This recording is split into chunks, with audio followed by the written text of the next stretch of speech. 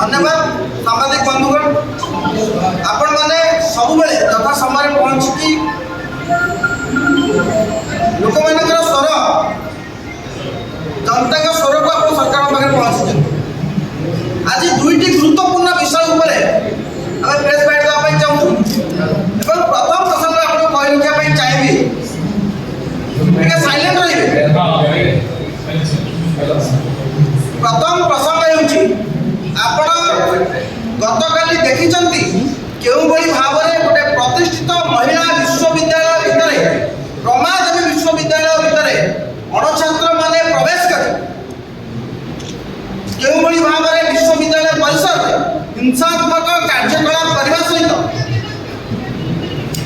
college जो वातावरण सुस्थ वातावरण ताको नष्ट कर कहीं घटला दुईटी राजनैतिक छात्र संगठन गोटे अखिल भारतीय विद्यार्थी परिषद और आउ गोटे विजु छात्र जनता दल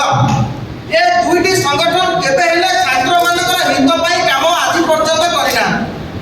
ना छात्र मान हक पाई लड़ाई लड़ी ना छात्र मान हित पाई एने कार्य कर दुईटी संगठन उद्देश्य हो क्यों भाव में कैंपस अराजकता सृष्टि हो कैंपस वातावरण नष्ट हो शौक्षिक वातावरण नष्ट हो जो सुस्थ परिवेश अच्छे कलंकित दुईटी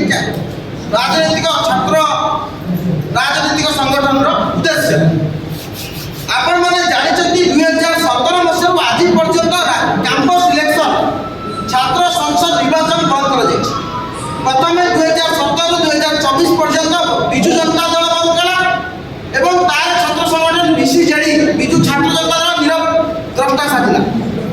एवं वर्तमान 2024-2026 दुई वर्ष भारतीय जनता पार्टी राज्य छात्र संसद निर्वाचन को बंद कर तार छात्र संगठन अखिल भारतीय विद्यार्थी परिषद वर्तमान नीरव द्रष्टा साजी वर्तमान उभय विजु छात्र जनता दल एवं भारतीय जनता पार्टी एबीवीपी अखिल भारतीय विद्यार्थी परिषद एमान योजना होती कैंपस इलेक्शन करई नदबा जार सुचिंतित षड्यंत्र गत कालिठार आरंभ होती एमाने कैंपस मिछिमिछिका लड़ाई लगे जहाँ फल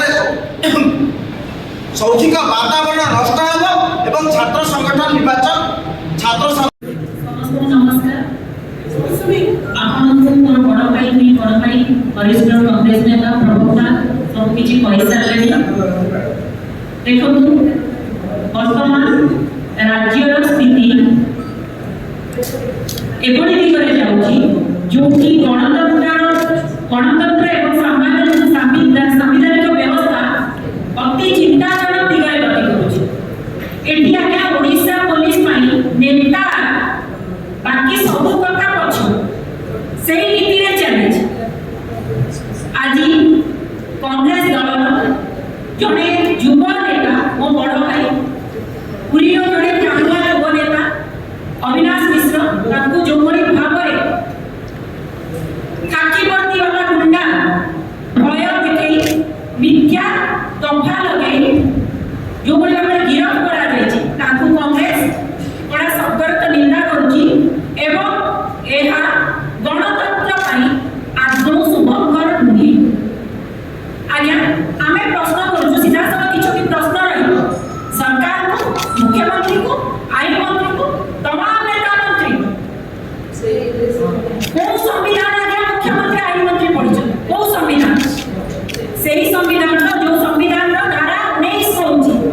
कि शांतिपूर्ण भाव प्रतिवाद कर अधिकार नहीं संविधान धारा 19 कहूँ से समान ढंग आम